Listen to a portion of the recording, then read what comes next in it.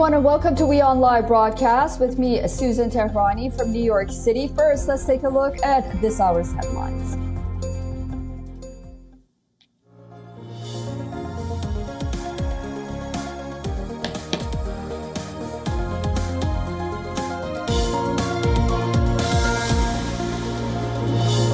The Russian army on Friday said it had repelled several attacks on the southern Ukrainian front, where fighting sharply intensified this week amid expectations of a major Kyiv offensive.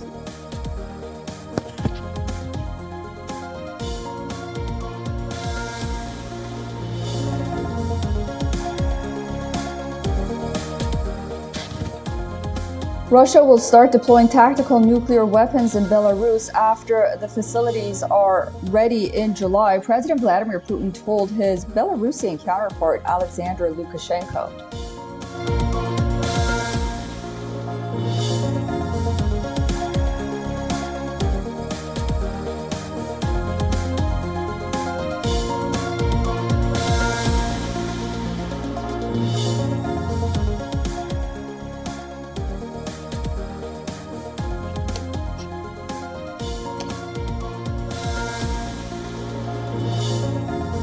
Donald Trump says that he has been indicted over his handling of classified documents after leaving office, the U.S. ex-president's most serious legal threat yet as he pursues a second White House term.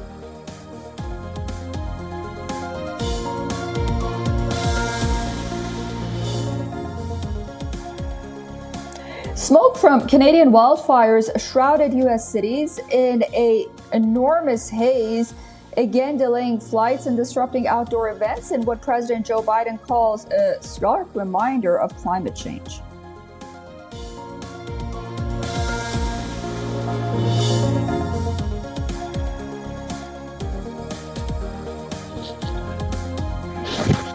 The Vatican says Pope Francis has started working again after spending another good night in hospital following hernia surgery.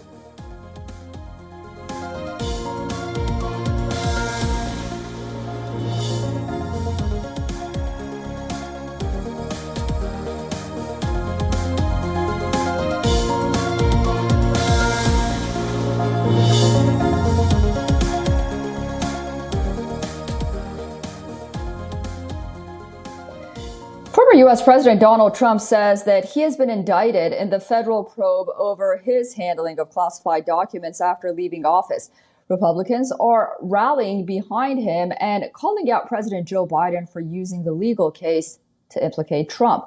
The political scenario is getting murkier before the 2024 presidential elections. In our next report, we explain whether Trump can still become the next U.S. president. I'm an innocent man, I'm an innocent person.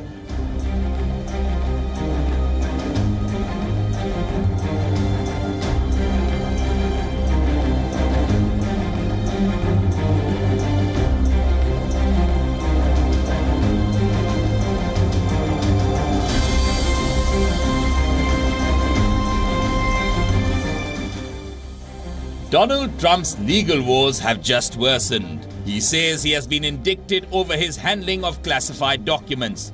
He is the first US president facing federal criminal charges, a big blow as he pursues a second White House term.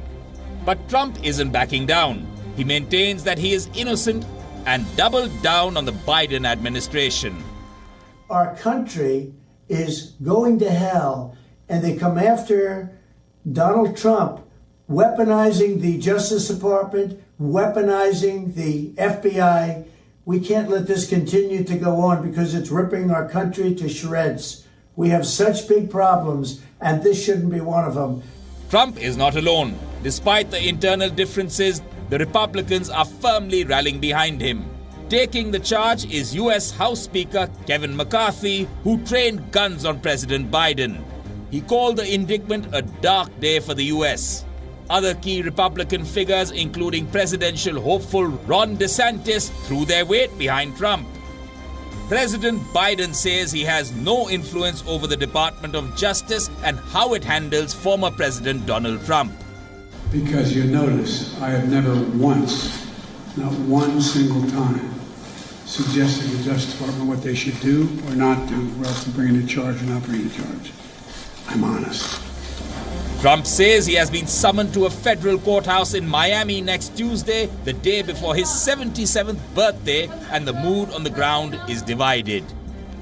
I think it's the rule of law playing out, and I think it's a good thing that the Justice Department's doing this and that they're doing it the right way, doing it in Florida. There's no advantage for the government. It's a sad statement, and it's a dangerous moment for us in our history, but an important one for people to stand up and realize it's not just Donald Trump either. There's still just a large number of people who support him no matter what he does. Investigators seized roughly 13,000 documents from Trump's Mar-a-Lago estate in Palm Beach, Florida, nearly a year ago. 100 were marked as classified. Trump has previously defended his retention of documents, suggesting he declassified them while president.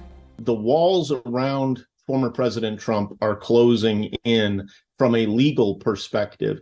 These are very serious charges. Trump was already the first former or sitting president to be charged with a crime, in his case over election eve hush money payments to a porn star who said she had had an affair with him. That indictment was handed down by Manhattan's district attorney in March.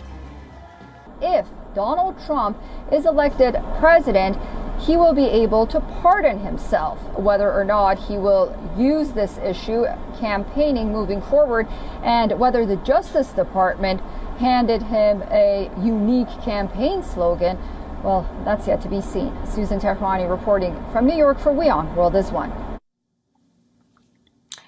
For more on this, we are being joined by Stephen Golub from Philadelphia. He is a lawyer and a political analyst. Stephen, welcome to WION, and thank you so much for joining us. The question many are asking is, how serious are these indictments? And if the former president is charged, can he still run to be the next U.S. president? Well, first of all, these are very serious charges. They're unprecedented. And of all the actual and potential charges that could be brought against Donald Trump, this is the most straightforward case. Regarding your second question, not only can he run if he's indicted, he can run for president and serve as president even if he's in prison.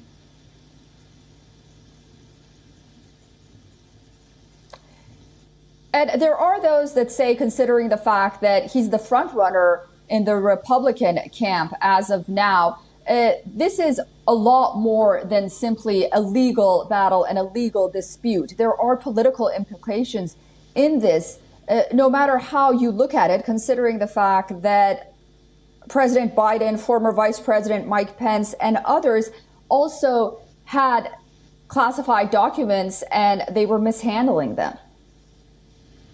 Yeah, that's a good point, a couple of good points. But regarding President Biden and former Vice President Pence, they fundamentally differ. Their situations fundamentally differ from former President Trump in at least a couple of ways. First, there's no indication that they intentionally took the documents. Second, after they found out, or really their own lawyers and aides determined that they had some of these documents, they went to the government. They said, we want to turn them over. They were above board about it. In contrast with that, former President Trump tried to obstruct the government from obtaining the documents, rejected or objected to a subpoena, tried to resist it, and very possibly even lied about what documents he had and what was going on. So they were very, very different types of cases that differentiate the other two from former President Trump. In terms of political implications,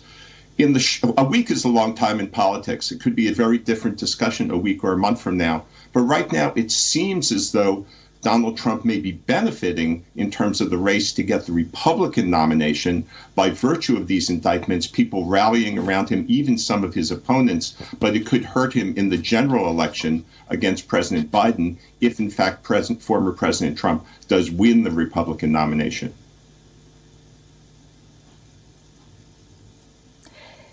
And finally, what do we expect moving forward? We do know that the next step is for the former president to appear in federal court in Florida. How long is this expected to take, and what will happen after that?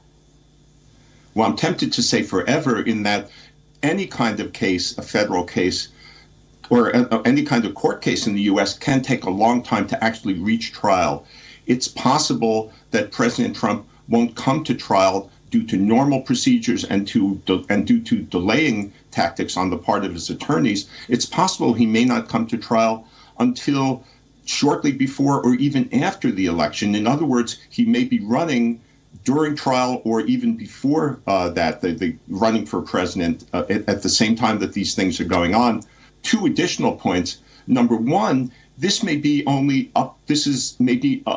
of only up to 6 different cases that President Trump is indicted or facing some kind of legal responsibility for next year. And two, let's not overlook the fact that this trial will be conducted in Florida, where the jury pool may be more sympathetic to President Trump than the other potential site, Washington, would have been. The judge who's appointed may be more sympathetic to him. And Florida is a place where you're more likely to get rallies, even outside the courthouse, of his supporters very, very favorable to him. So that's an politically interesting venue to hold this trial. The federal government, the special prosecutor, has decided to hold the trial there for good reasons, but it opens up another real political can of worms.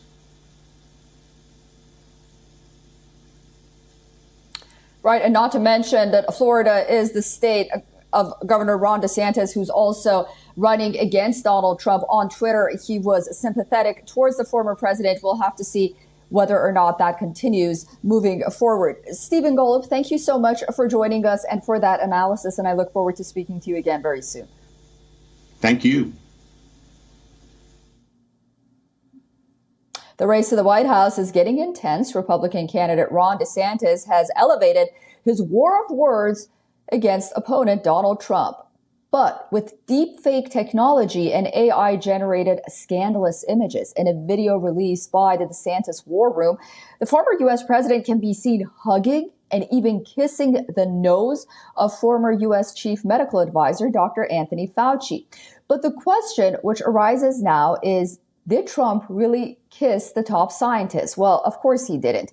These images, which were published by the Florida governor's rapid response team, are fake. They are generated using artificial intelligence technology. And if you remember, a couple of months ago, a picture was also circulating social media of Donald Trump getting arrested. Well, those pictures were also fake. According to analysts, the video apparently includes real footage of Trump at press conferences and interviews. But at the 25-second mark, 6 images appear of Trump and Fauci, including 3 showing them hugging or, well, kissing. The analysts say that those 3 pictures were likely generated with the help of artificial intelligence. And with the rise of such deep fake images, this raises a bigger problem of disinformation, as in the near future, it will become far more easier to spread false news.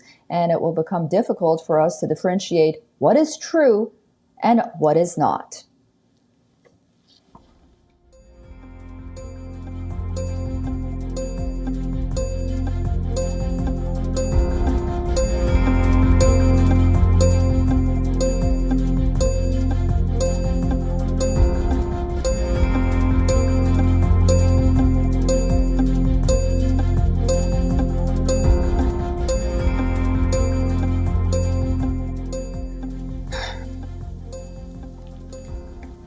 Millions of people in North America have been warned about the health risks of poor air quality as toxic wildfire smoke from Canada drifts across the continent. A worrying problem for many and one that may persist for several more days. Let's take a look at how the pollution haze generated from the wildfires creating a gas chamber in the continent.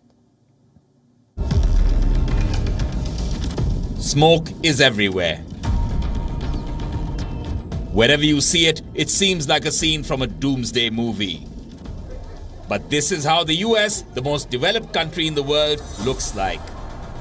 The shroud of polluted air emanating from the Canadian wildfires has pushed further down the Atlantic seaboard, blanketing Washington, D.C. in an unhealthy haze and prompting many residents of the nation's capital to stay indoors. This is the worst air quality we've had at least since the 1960s when we started monitoring. And that was the time when it was pre-Clean Air Act, and companies and industry all over the state of New York were able to discharge pollution into the air. Yes, I have. I'm not doing long 90-minute morning walks like I usually do, simply because I think the elevated heart rate and accelerated breathing is not going to be good for me, speaking as a 69-year-old person with some coronary issues. I've been here for 25 years. I've never, ever seen it anywhere close to this before.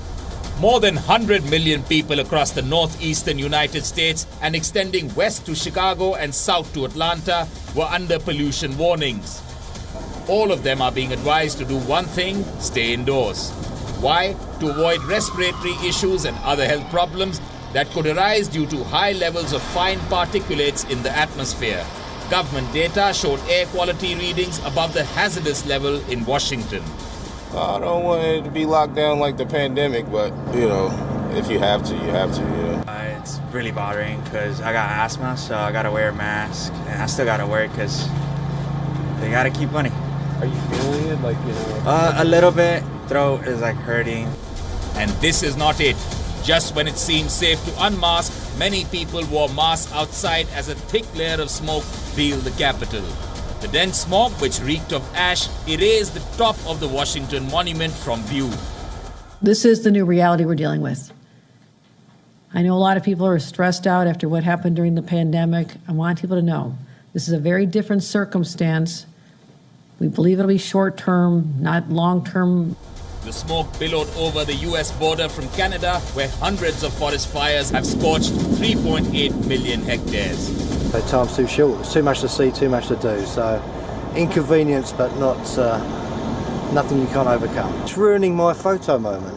I cannot see the Capitol building, and this would be a wonderful shot down the street. Wildfire season was unseasonably early in Alberta last month, burning a record area. And as Nova Scotia continues to battle its largest ever blaze, flames have eased in Alberta and in parts of the Pacific province of British Columbia, which is battling the second biggest wildfire on record.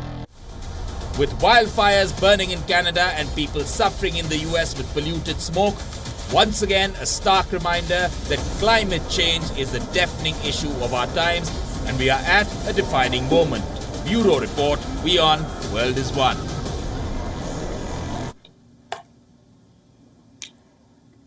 Okay, well, moving on, days of nonstop rain has lashed parts of southern China. Heavy pouring has triggered floods in some cities.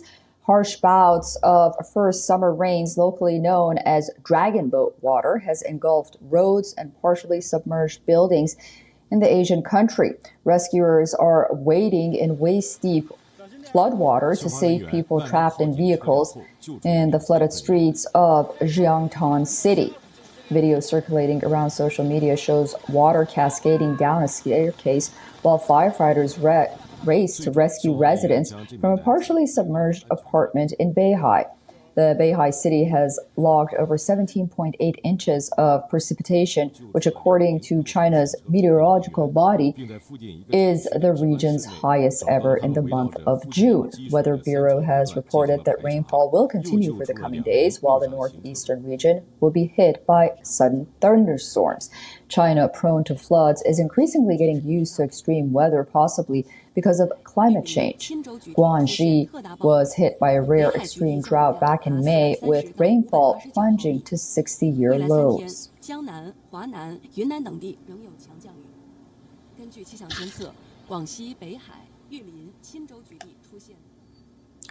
It was only a few years ago when 3D print technology was considered a novelty, but now it's revolutionizing the way we create everything from toys to tools and now even art. Girl with a Pearl Earring is a masterpiece in the Netherlands Hague Museum, and now she's bigger than ever. In the museum's hall, a gigantic 4-meter-high 3D print of the painting stands tall, allowing visitors to have an up-and-close personal experience with this iconic woman of the world of arts. One can touch the surface, feel the texture, and observe every tiny detail magnified. The exhibition, titled Who's That Girl?, not only showcases the giant print, but also includes a digital presentation. This presentation offers a glimpse into what the painting looked like in 1665. It took 88 hours to scan every detail of the original painting, and the 3D printing process itself consumed more than 200 hours of work. Hurox is the company behind the technological feat. The exhibition opened its doors on June 8th and will run until January 7th, 2024. The goal is to make people understand the painting's surface and ensure its long-term preservation.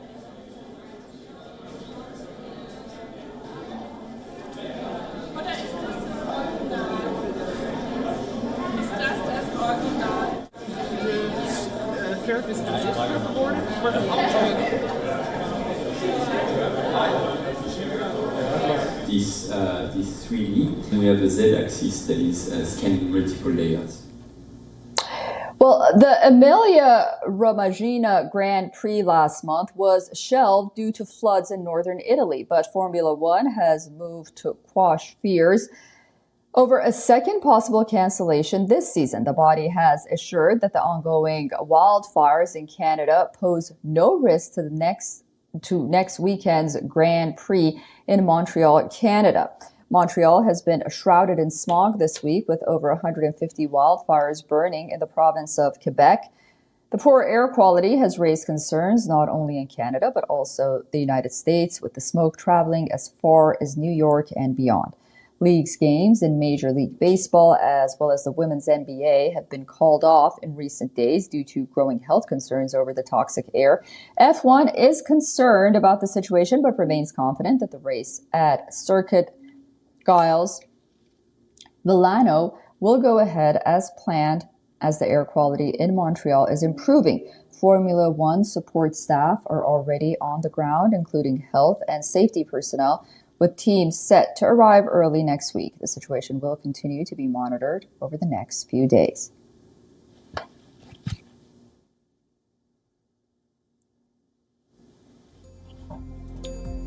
That's all the time we have for WION Live Broadcast from New York City. Thank you so much for staying with us and watching. Have a lovely weekend, and I'll see you on Monday.